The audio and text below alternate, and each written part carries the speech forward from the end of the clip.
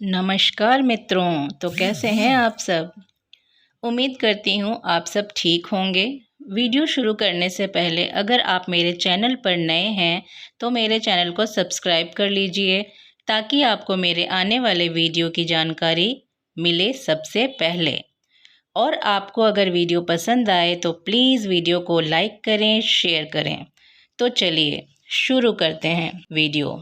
रसोई घर जो होता है वह हमारे घर का सबसे इम्पोर्टेंट हिस्सा होता है। महिलाओं का ज़्यादातर समय रसोई घर में ही बीतता है। रसोई घर में माता अन्नपूर्णा का वास होता है। इस कारण रसोई में खाना बनाते समय आपकी सोच और खाना बनाने का आपका तरीका परिवार के लोगों पर और आपके ऊपर बहुत गहरा प्रभाव डालता है। शास्त्रों में कहा गया है कि जैसा खाएं अन्न वैसा हो मन। तो खाना बनाते समय मन का प्रसन्न होना बहुत ही ज़रूरी होता है। आप अगर प्रसन्न होकर खाना बनाएंगे तो उससे खाने की गुणवत्ता कई गुना बढ़ जाती है और यह पारिवारिक स्वास्थ्य के ऊपर बहुत सकारात्मक प्रभाव डालता है। आपकी यह कोशिश होनी चाहिए कि खाना बनाते समय आप पॉजिटिविटी से भरपूर हों। जिस मानसिकता के साथ आप खाना बनाएंगे वैसी ही एनर्जी उस खाने को मिलेगी। तो इसके लिए बहुत ज़रूरी है कि आप प्रसन्न होकर और पॉजिटिविटी के साथ खाना बनाएं। पॉजिटिव विचार रखें। खाना बनाते समय कोई नकारात्मक विचार मन में नहीं आने देना चाहिए। कोशिश करें कि खाना बनाते समय आप किसी भी ईश्वर का जिसको आप मानते हैं नाम जप करें। इन छोटी छोटी बातों को अगर जीवन में अपना लिया जाए तो हमारे जीवन की काफ़ी सारी समस्याएं जो है वह स्वतः ही दूर हो जाती है। तो चलिए आज के इस वीडियो में मैं इन छोटी छोटी मगर बहुत महत्वपूर्ण बातों को बारी बारी से बताती हूँ।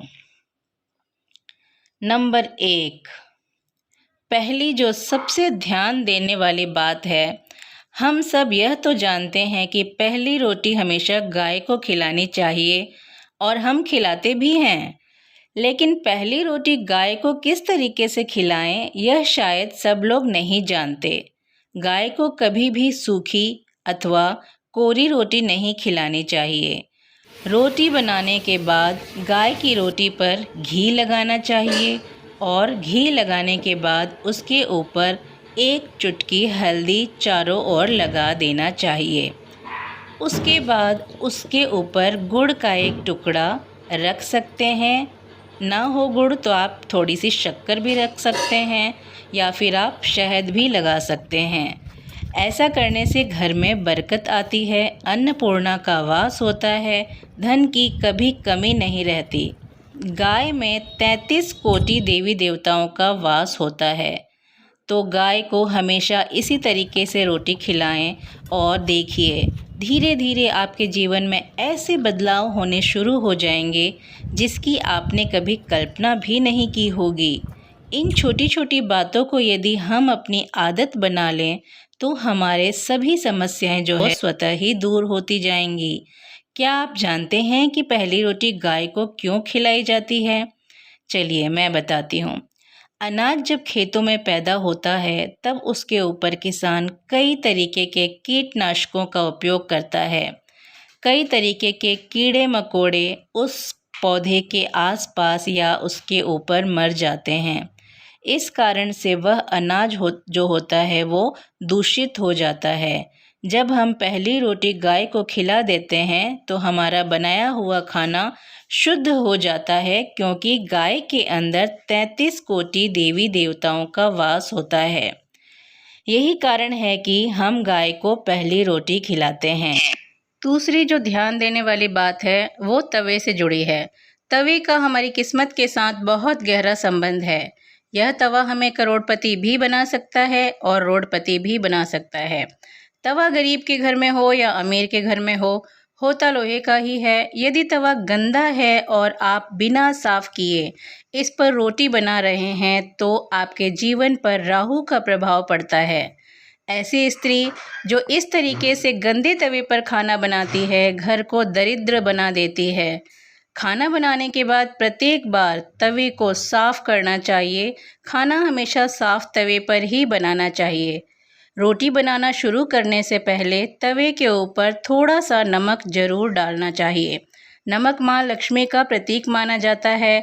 ऐसा करने से माँ लक्ष्मी बहुत प्रसन्न होती है और तवे के ऊपर जो कीटाणु होते हैं वह भी नष्ट हो जाते हैं और तवा बिल्कुल शुद्ध हो जाता है। नमक डालने के बाद साफ कपड़े से आप नमक को हटाकर फिर अपनी रोटी बनाना शुरू कर सकते हैं। तवा जितना साफ रखेंगे आप उतनी ही आपकी किस्मत चमकेगी। हाँ, रोटी बनाने के बाद कभी भी तवे को गैस के ऊपर नहीं छोड़ना चाहिए। तवा ही नहीं, खाना बनाने के बाद गैस के ऊपर एक भी बर्तन नहीं छोड़ना चाहिए। इससे घर के मुखिया के ऊपर भार बढ़ता है। जीवन में समस्याएं पैदा होती है। एक समस्या सुलझती नहीं है कि दूसरी समस्या आ जाती है। तो भूल कर भी कभी भी तवा या कढ़ाई या कोई अन्य बर्तन गैस के ऊपर ना छोड़ें। रात को खाना बनाने के बाद तवे और कढ़ाई को साफ करके ही रखना चाहिए। गरम तवे पर कभी भी पानी के छींटे नहीं मारने चाहिए। यह मान्यता पुराने समय से चली आ रही है। कभी भी गरम तवे के ऊपर पानी के छींटे नहीं देने चाहिए। गरम तवे के ऊपर पानी डालने से जो आवाज़ आती है उससे घर में काफ़ी समस्याएं पैदा होती है। तवे को हमेशा छुपा कर रखना चाहिए। जिस तरीके से हम झाड़ू को छुपा कर रखते हैं इसी तरीके से हमें तवे को भी छुपा कर रखना चाहिए और हमेशा बाईं ओर ही रखना चाहिए और इस तरीके से छुपाएं कि आते जाते किसी की नज़र इस पर ना पड़े। ये लक्ष्मी का रूप होता है, इसीलिए इसे छुपा कर रखना चाहिए। आप इन बातों को जीवन में अपना कर तो देखिए, जीवन में बदलाव होगा ही होगा। 100% आपके जीवन में बदलाव होगा। अब बात करते हैं तीसरी और बेहद महत्वपूर्ण बिंदु पर। तीसरी बात जो ध्यान रखने वाली है वो है हमें कभी भी गुथा हुआ आटा फ्रिज में नहीं रखना चाहिए। अगर सुबह का टाइम है तो आप फ्रिज में रख सकते हैं, लेकिन अगर रात में आप खाना पका रहे हैं और आटा बच जाता है तो कभी भी फ्रिज में ना रखें। कोशिश करें कि आप उतना ही आटा गूंथें जितनी ज़रूरत हो। कम पड़ने पर आप और आटा गूंथ सकते हैं, लेकिन आपको बचाकर आटा फ्रिज में नहीं रखना है। बचा हुआ आटा जो होता है वो पिंड के समान होता है।